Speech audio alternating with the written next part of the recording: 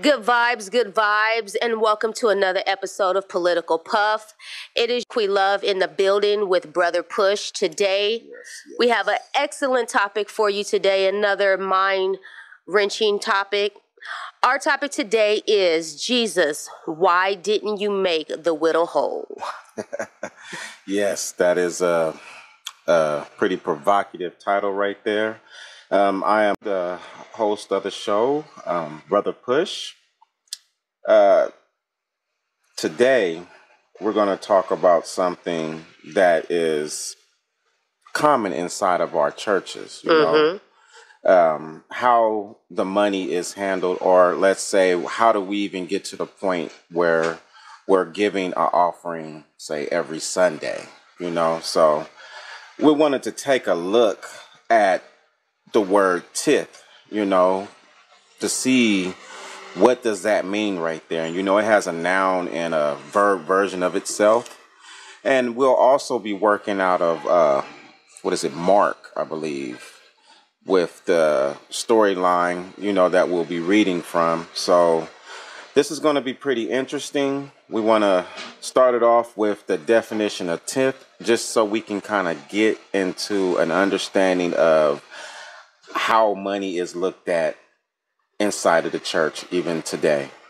It says a tenth part, originally of produce, due as support of the clergy. So it's saying like the tithes that were given were produce. Originally food, right? Originally food to the clergy, and it kind of goes into the whole Leviticus thing, of giving the Levite, food because they prayed all day, and they couldn't work because they was in constant prayer.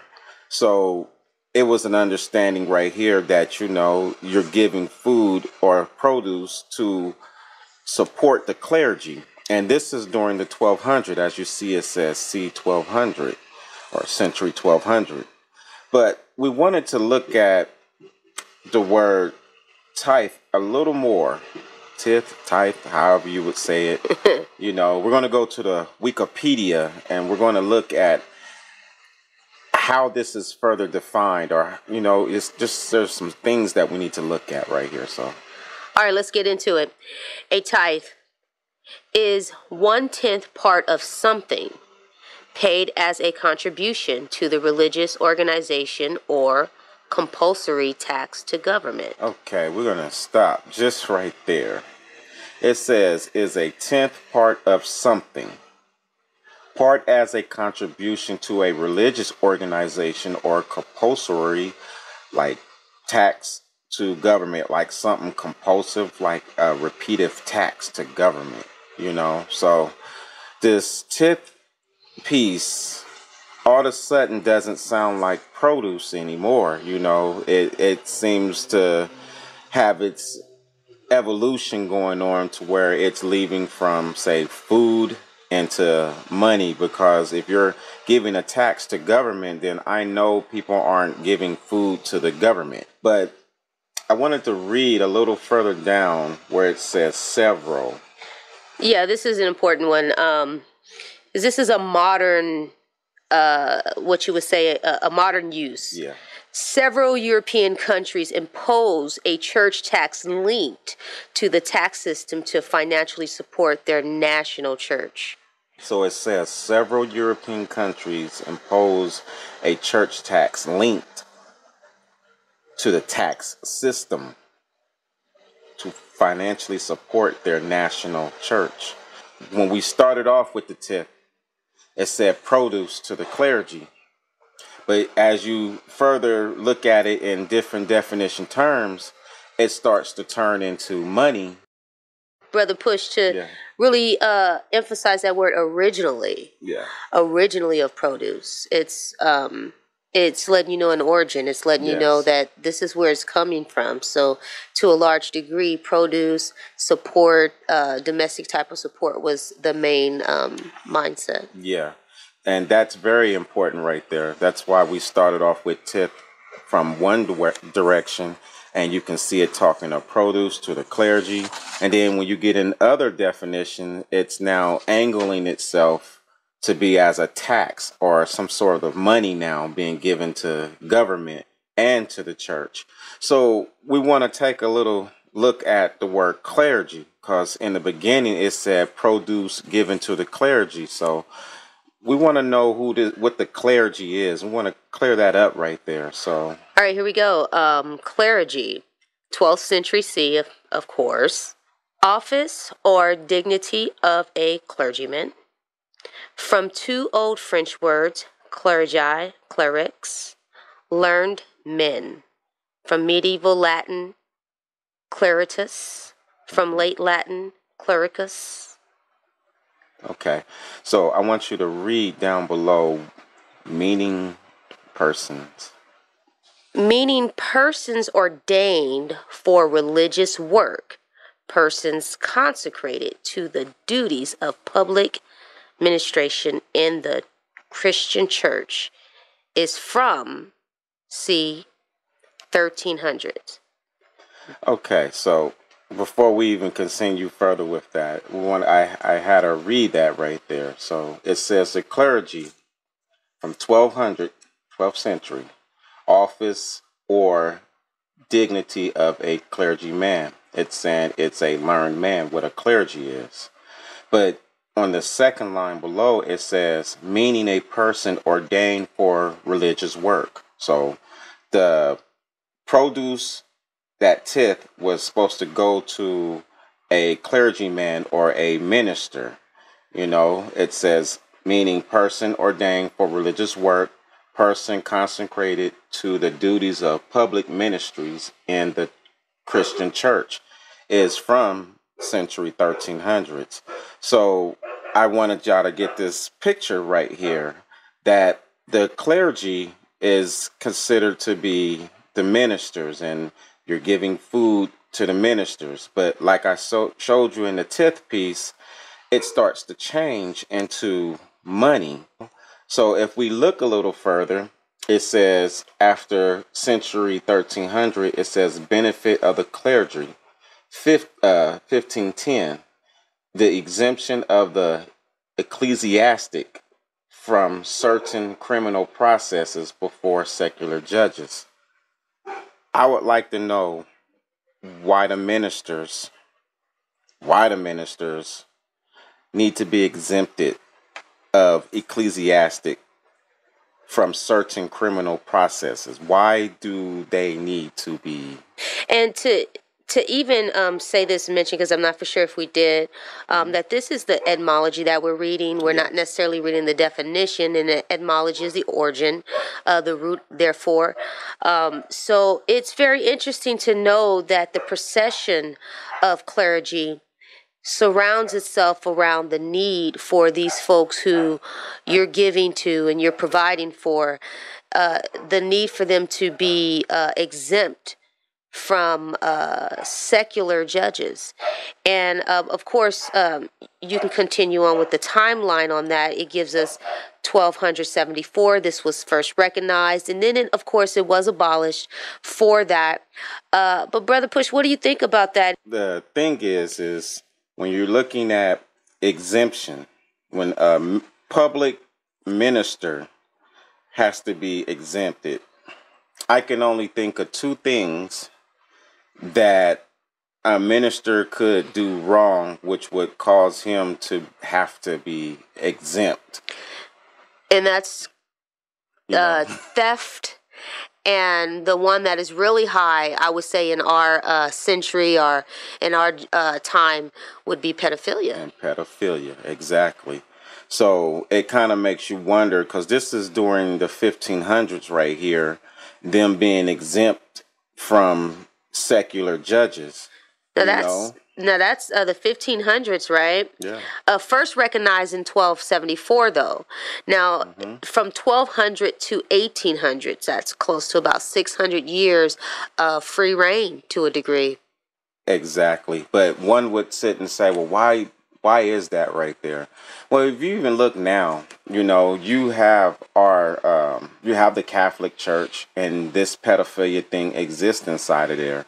And to a degree, it seems like they do not go to jail. Like if they are exempt the same way that we're reading right here, because they don't. Maybe they might pay a fine. Maybe the church will pay a fine and send them to another place or something of that nature. But it doesn't seem like they go to jail. To a large degree, it seems as though there's a strong effort to avoid the charges and to avoid those things and that. And then you get to the other part, someone stealing from the church. That is another piece that clears a person when that exemption clause is there. Like if you say this minister has stolen money, Yeah, it is very interesting just to kind of summarize the clergy. Very important role, obviously, a public ministry role, and filled with scandal, if we can kind of say it to that degree. Yeah, that's that movie First Sunday. It is that representation of, someone in the movie, because this is with Ice Cube and Tracy Morgan. And somewhere in the movie, these guys go to rob the church, and lo and behold, they're not the thieves. They're not the thieves as much as what you as thought. Much, yes. There is someone else in the church who is really doing the robbing. So when we start to look back at, when it says 1510 is the exemption of ecclesiastic for certain criminal processes before secular judges, you have to understand there's two things that a minister could do wrong, and that's either touch kids or steal money, so we want to understand about these clergies, how they look and what their roles are. Now that we touched on that, we wanted to touch on another version of TIF, because as we started off, we were talking about how in the beginning it seems like you was giving these clergies food, and now through different definitions coming from Wikipedia, you're giving them money or giving the government money. It's like all conversation for money. So now we have to try to figure out, well, how did we get over from produce to money? Right, and let's go back to the etymology of tithe, because, of course, like you're alluding that it is to 1200, and then there was a procession origin that came with that. It's Old English, to pay 1/10, from the root of tithe, as to impose a payment of a tenth. Late 14th century, related tithe, tithing. So if you look at this, it said Old English, to pay 1/10, from the root of tithe. So the tithe was giving a produce. And it says that this word comes from there. But when you look at it, it says to impose a payment of a tenth, later 14th century. So somewhere between, I guess, the 1200s and the 14th century, people stopped giving the church food and started giving the church money. Are the primary what you would say the primary definition has changed to what we would say tithing or giving to the institution itself? You can say the definition has changed, because either you're giving produce or you're giving money. Originally of produce. And that's very important, because when we're in what you would say church, or when we're in the mode of listening to a minister, we're really reliant on their interpretation. And you don't necessarily always get that interpretation as to understand that the original gifts were not necessarily monetary, or what we could say the concentration of the gifts weren't monetary. They originally were produce. Yes. And now you're at a point where you're giving the money part, so it was just something that, it kind of made us want to question a little bit, like you go from produce and now you end up giving money, and now money is the whole piece, and no one's really asking for food, especially in the 21st century.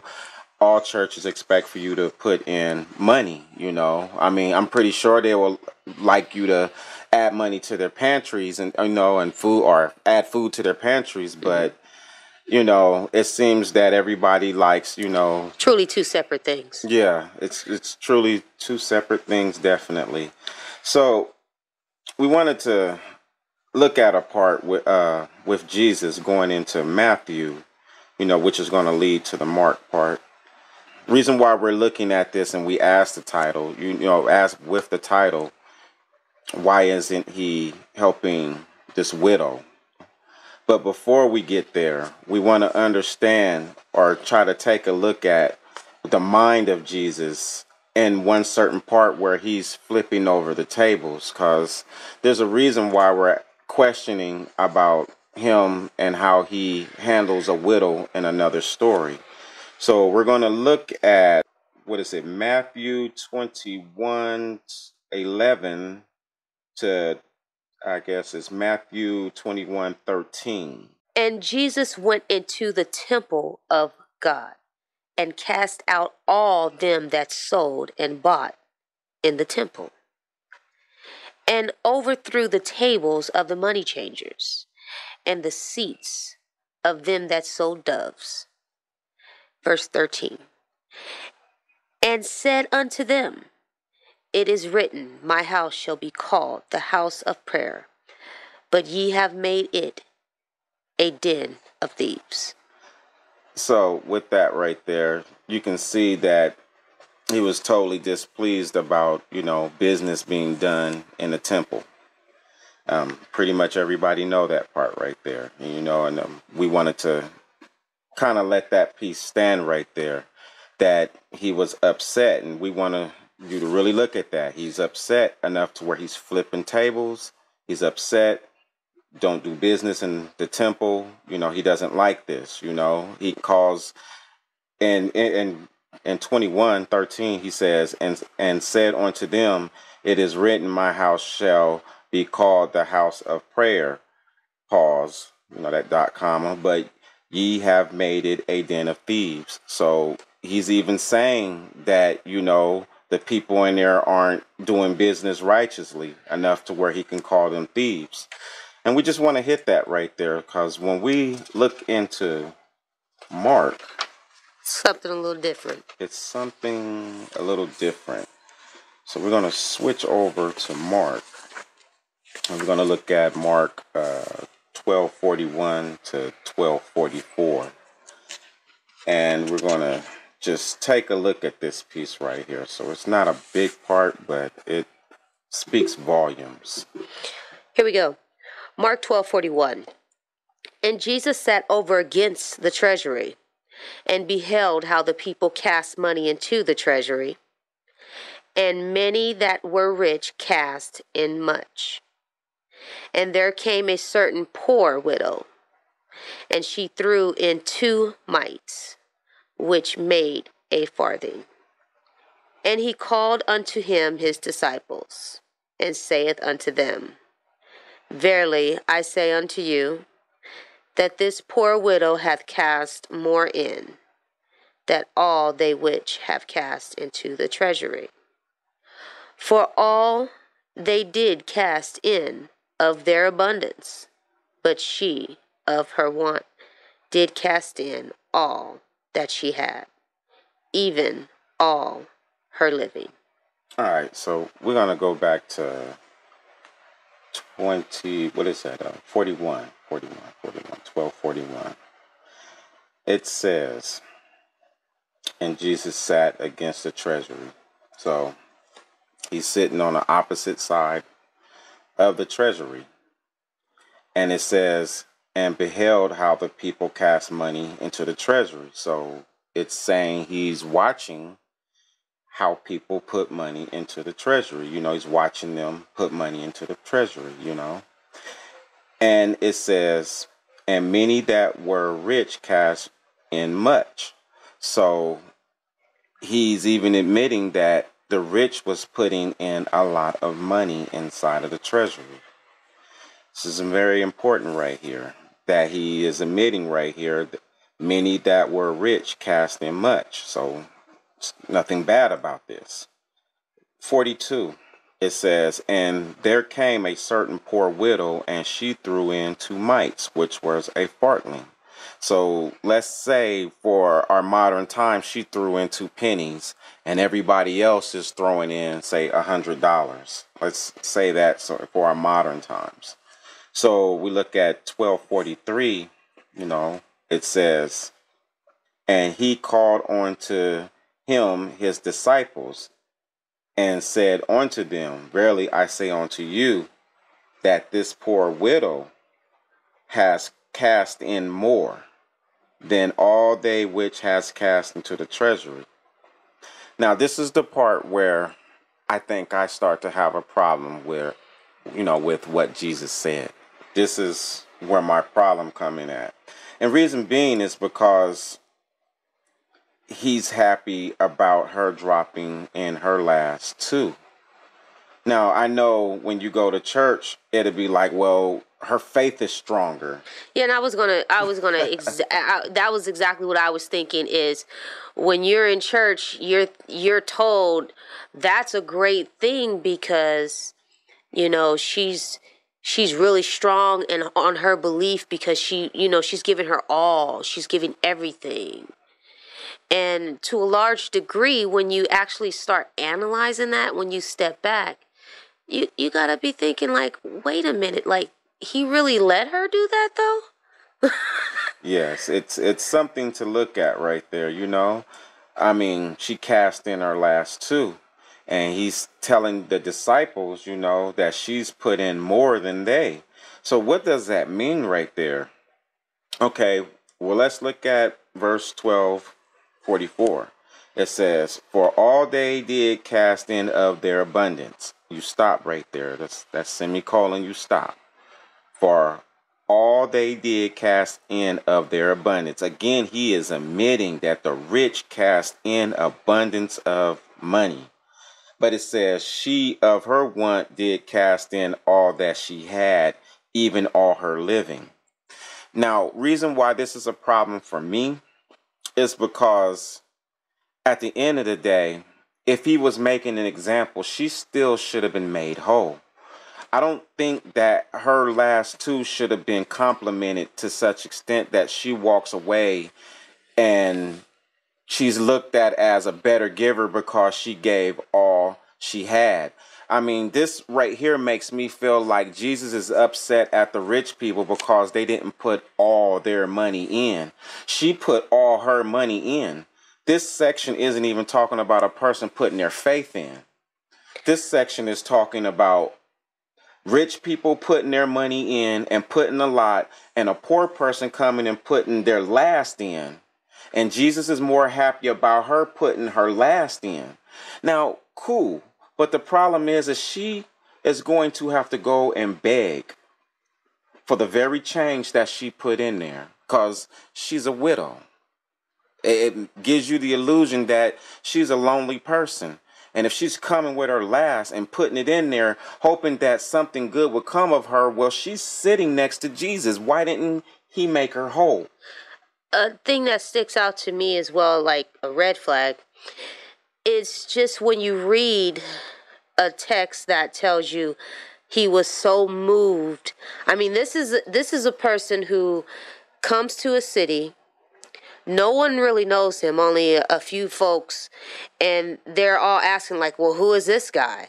I mean, he's walking into the temple so boldly, turning over changers because he sees some sort of exchanging going on. And then he labels these individuals thieves. Now, did you think at once that these individuals were different people? Right. When they're at the treasury at this point? Now, we can't confirm. We can't whether the treasury is in the temple at this point because it didn't state it. It does state in the Matthew text that he was in the temple. He turned over the changers. But look at the emotion there. Look at the cause or the intent and purpose of his actions. Motivated by this I want to enforce justice. Motivated that I want to make sure that fairness is going on. But we get here to the Mark text. And it's okay for a widow to give her last. It's okay for her to walk away not whole. But she's not just given to anyone. She's given to thieves. And he's leaning against the treasury, seeing this. Well, the thing for me when I look at this right here is the factor that this treasury, if you're giving money to the temple, because obviously this is the treasury, I don't think anybody is going and giving money to the bank freely. So I believe that this is the treasury of the temple that people are putting money into. And it does bring the question, it's like, well, Jesus, earlier you got mad because people were doing business, in the temple. And here you are next to the treasury watching people put money into the treasury and then marveling how much people are putting inside of the treasury. And then when a woman comes and puts her last in there, you're just with utter joy. He's with utter joy about this. But he's mad at the rich, which he said did put in abundance. But why is he mad at them? Well, from a church standpoint, they're going to say because they didn't use their faith. They didn't use or believe the way that they should have believed. They're doing it because they can, and she's doing it because she wants to But the thing is, still, it's like, why should Jesus care if a rich person put in his all? Why should he care when I thought the kingdom of heaven was about spirituality? And you would think this is another thing that, if we're just analyzing this, it's not trying to be too heavy on it, but if we're analyzing this, if I have a creator who values every speck of life, my thought to a person who can give is not going to be any different than a thought to a person who cannot give. I'm not going to feel that person who could give is any better or any more resilient than the person who couldn't give. I'm going to honor both gifts in in an equity mindset. That bothers me. Yeah. Because what are we teaching here? What are we hearing here? Are we hearing that the poor is better than the rich? And we're not saying that, okay, poor is better than the rich is a bad or a good thing. But when you're talking about morality, then we would impose moral standard and be like, a person is not good because they did X, Y, Z. We're not going to go, a person is rich and that's why they're not good. That's not our mindset. I don't necessarily think that would have been the mindset then, because how would it be when the people who are well off are the ones who are in power? The ones who have finances, and the one who's well off are the judges, are the governors, are these individuals in high stature. So why would we demean, or why in this context would their gift be any less? Or why in this context would her gift be better? It just, to me, sounds like we're giving the wrong idea of giving. Yeah, well, the thing is I always tell people you have to read the scriptures for yourself. You cannot allow someone to tell you what you're reading. If you read this for yourself, in 41, he literally is leaning, he's not leaning, he's on the opposite side of the treasury. He's watching the rich cash their money in. He's admitting that they're putting their money in and with abundance. He watches a poor person put their money in, and he knows that they're putting their last in. My only question to him is, why did you let that lady walk away with nothing? Like, all that money in that treasury, and if you have the power to knock over tables in the temple, it seemed to me like you have the power to say, you know what, I want to take allotment of this money and give her a piece of it, so where she can go and buy something to eat tonight. I can't let that go by and let that be a justified thing for me, that a poor person puts in their last and they're greater than a rich person who is putting in thousands. Like, hey, I appreciate what the rich person is putting in, and I appreciate what the poor person is putting in. But I think it defeats the purpose if we take away from the poor, because we're going to turn around, you have to help them. I think it defeats the purpose, of collecting money. If you're not feeding the poor, then what are you collecting the money for?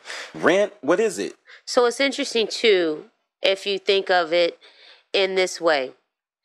The original tithes were food. You have a widow who's giving her last and her all. What does she receive? What does she give? And that's what's really bothering. It's because if giving was so heavy of a topic to where you have to put it on such high regard, then we should, you would think, be giving to the people who are supposed to be the church.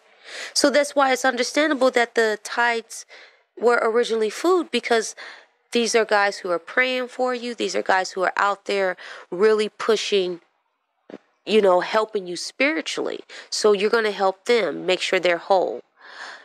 I struggle because it was okay for her to put in her very last, and she was not made whole. That's the whole point of this, is the factor that he was happy of her casting in all of her living. I don't want all of her living, because that means she could die tonight from hunger. I don't want all of her living. If she is well off, then okay, put your little piece in. But if you don't have it to give, anybody would tell you don't give what you can't give, especially if you're going to have to go out there and go and beg for it. This lesson was about, why didn't Jesus make her whole? He's happy about the rich putting their money in, but he's mad because they didn't put the rest of their money in, all of their living. That is not right to expect anyone to do what that. I think is very interesting, even the modern turn on that, the movie that we're talking about, First Sunday, with Cube and Morgan in there. Even they, with the negative intent, had a reason behind what they were doing. But in the movie, weren't they made whole? Yeah. They were made whole because they didn't get in trouble when they should have got in trouble. But the moral compass was about them really trying to do something good. So if the moral compass about giving is really trying to do something good, where was this at for this widow? Where is the moral piece to this widow story that would have made this woman whole? Yeah. And would have made you believe that the church is where she received her wholeness from? Yeah. Well, the thing is you're not going to find that because it's not written. And that's why we're questioning these contexts. It stops right there. And all I'm saying is, if this part is going to be used every Sunday when, it's time to put that money into the plate, this minister reads the part. The minister reads this part. And I'm saying, y'all need to look at this and question it. Why does the minister read this part right here? This does not mean that she put in her living as in like this is something spiritual. She put in money. It starts off, he's on the opposite side of the treasury. It talks about people putting money in. It talks about people putting a lot of money in. It talks about her putting her 2 pieces in. It talks about him telling his disciples he liked her because she put in a lot. She put in her last. That right there is not the story that I want to hear when you're telling me to give you money, to donate money to the church. I'm hoping that the church take this money and go and help people like this widow. That's right. That's my whole thought. I'm hoping the money that you give on Sunday is going to help people. It's not going to solely keep the church's lights on or for the church to go and build another church. It's supposed to go and help people. So yeah, and with that said, I need rich gifts and I need from the highest to the lowest. I need those gifts. And you know what? It was a great show, and we're going to wrap it up there. Brother Push, of course, we always want to thank our listeners, and we want to thank our growing audience.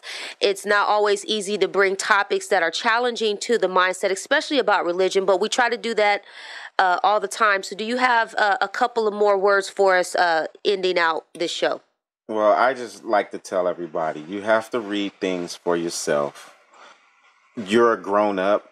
You know, you're not going to get in trouble for questioning anything. It's okay to question things. If you're wrong, then, you know, we'll accept those wrongs.